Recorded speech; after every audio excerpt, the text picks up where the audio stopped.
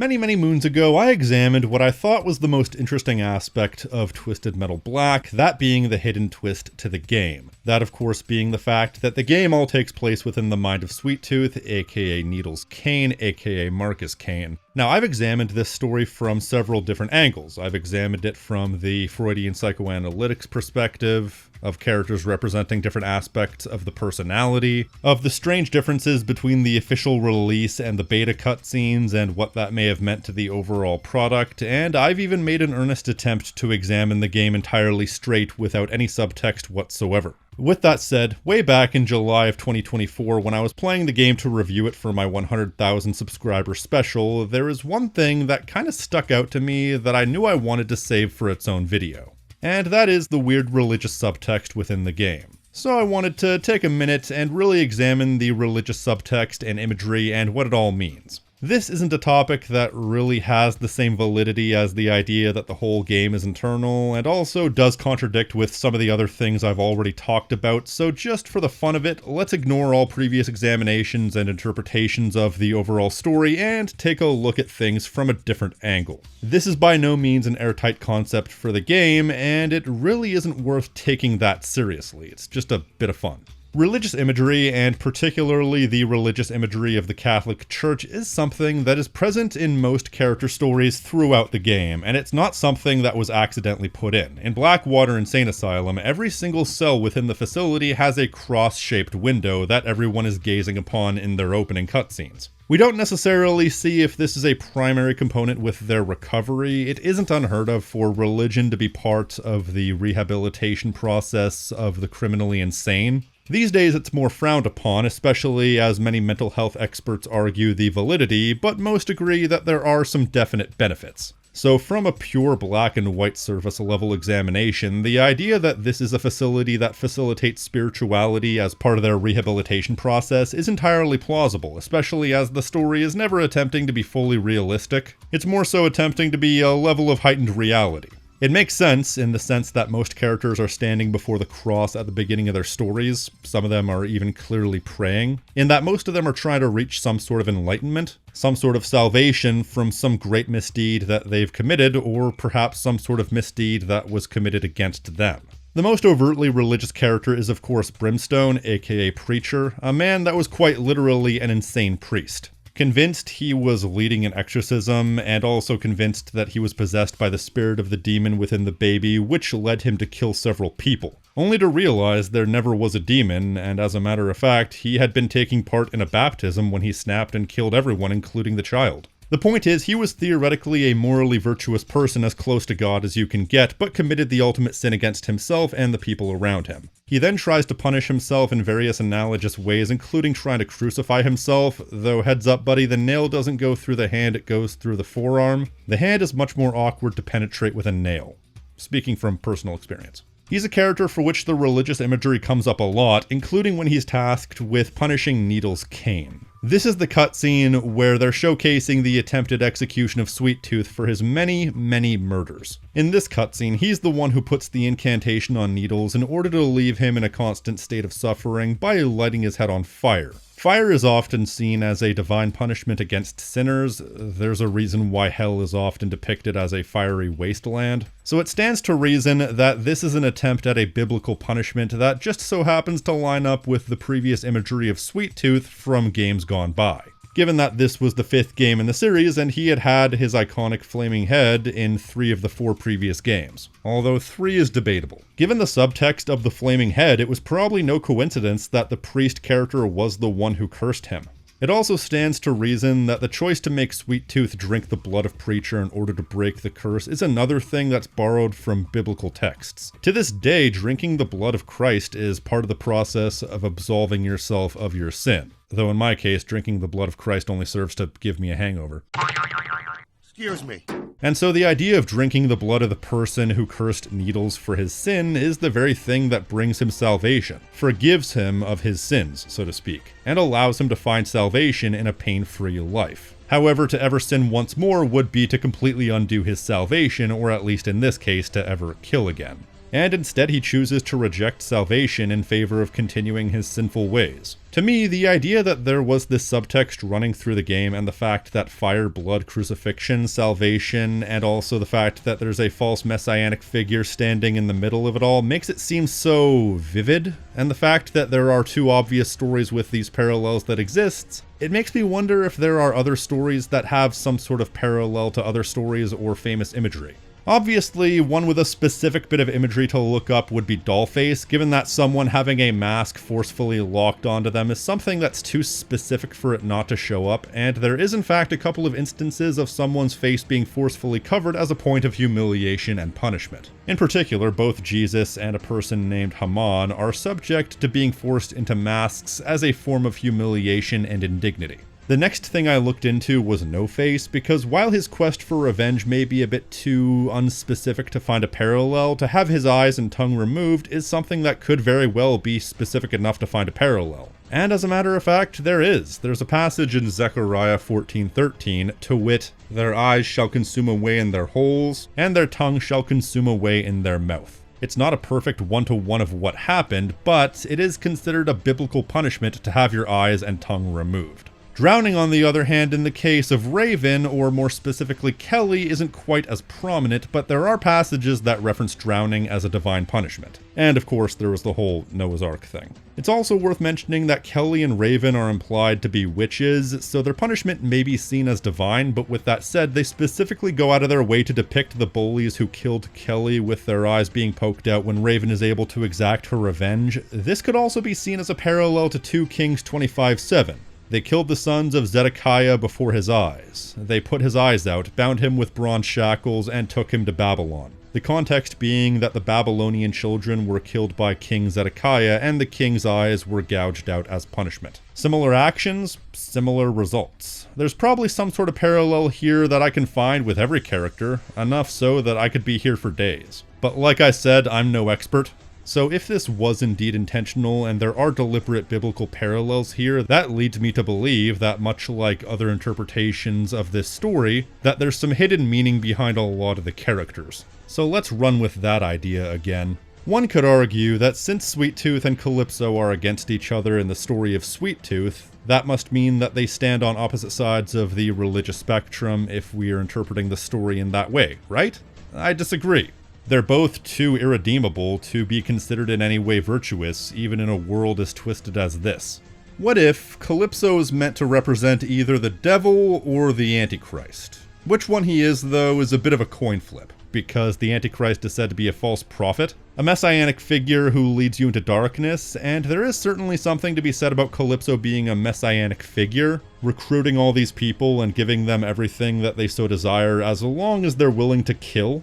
But as we'll discuss in a moment, there are two characters who are basically complete opposites of each other that make more sense to encompass this particular interpretation. So as far as biblical imagery, I think that Calypso is more fitting as the devil himself, the ultimate evil as far as the story is concerned. It makes too much sense given that these people are already figuratively making a deal with the devil, but as for his relationship with Sweet Tooth, I've attempted to rationalize a combination of factors here and have yet to really settle on one that I think holds up to scrutiny. There is something to be said about the fact that Calypso is trying to control Sweet Tooth, a messianic figure attempting to control a being of pure evil, but they're both evil and even have the same face models, so there has to be some connection between them despite their opposition. And with Calypso being the devil, one could argue that Sweet Tooth himself could be representative of the Antichrist. He's less of a false prophet, absolutely, but he's also on the ground level doing all the horrible things that he does while Calypso is less direct. Like I said, this doesn't necessarily hold up to scrutiny because while the fact that Calypso tries to control Sweet Tooth may make sense in that regard, that runs into a bit of a stumbling block in the sense that Sweet Tooth does in fact kill Calypso.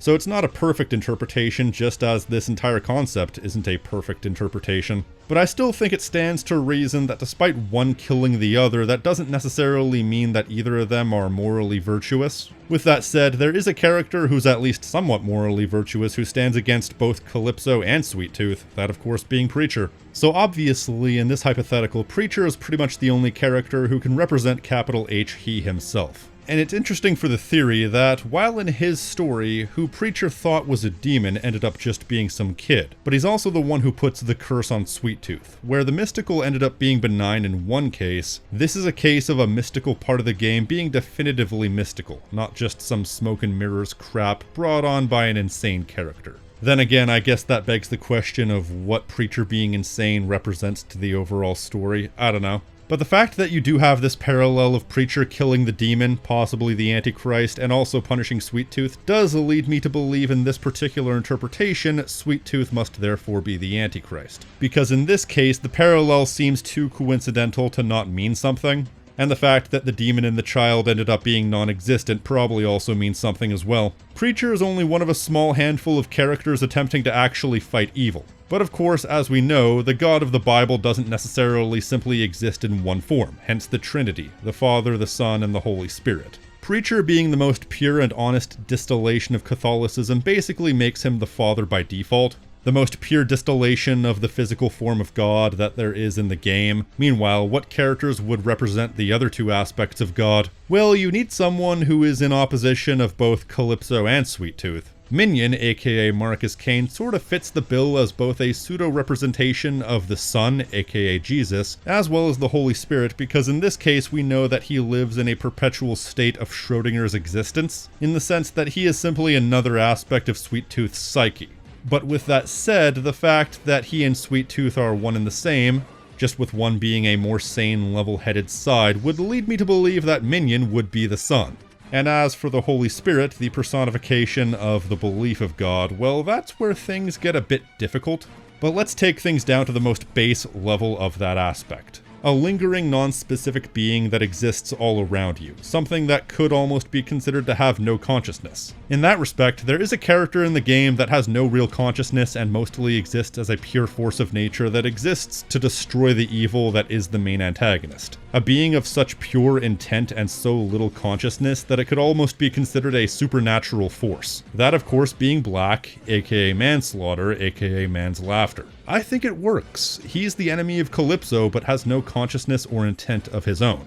I mean, you're free to find your own answers in the cast, but that's my choice. And once you move past that, you also find yourself wondering what the other characters could represent with this theory in mind. And I've come to the conclusion that there is something to be said about every character representing a different level of hell in the interpretation of hell in classic antiquity. The different levels being lust, gluttony, greed, wrath, heresy, violence, fraud, and treachery. The top layer is also limbo, but I'm not sure if that applies in this case. Now initially, I was going to attempt to assign one of the 7 deadly sins to several of the remaining people in the story, but I came to realize that some of them would be impossible to classify, most notably sloth. And I believe that the layers of hell would actually be a much better and more applicable point of reference. With lust, that's easy, it's Bloody Mary, aka Spectre. While it's not explicitly said that her intentions are lustful, there is definitely an undertone in the sense that she's attempting to find her one true love. As for gluttony, this one might be a bit of a stretch, but I believe that Mr. Grimm fits the bill.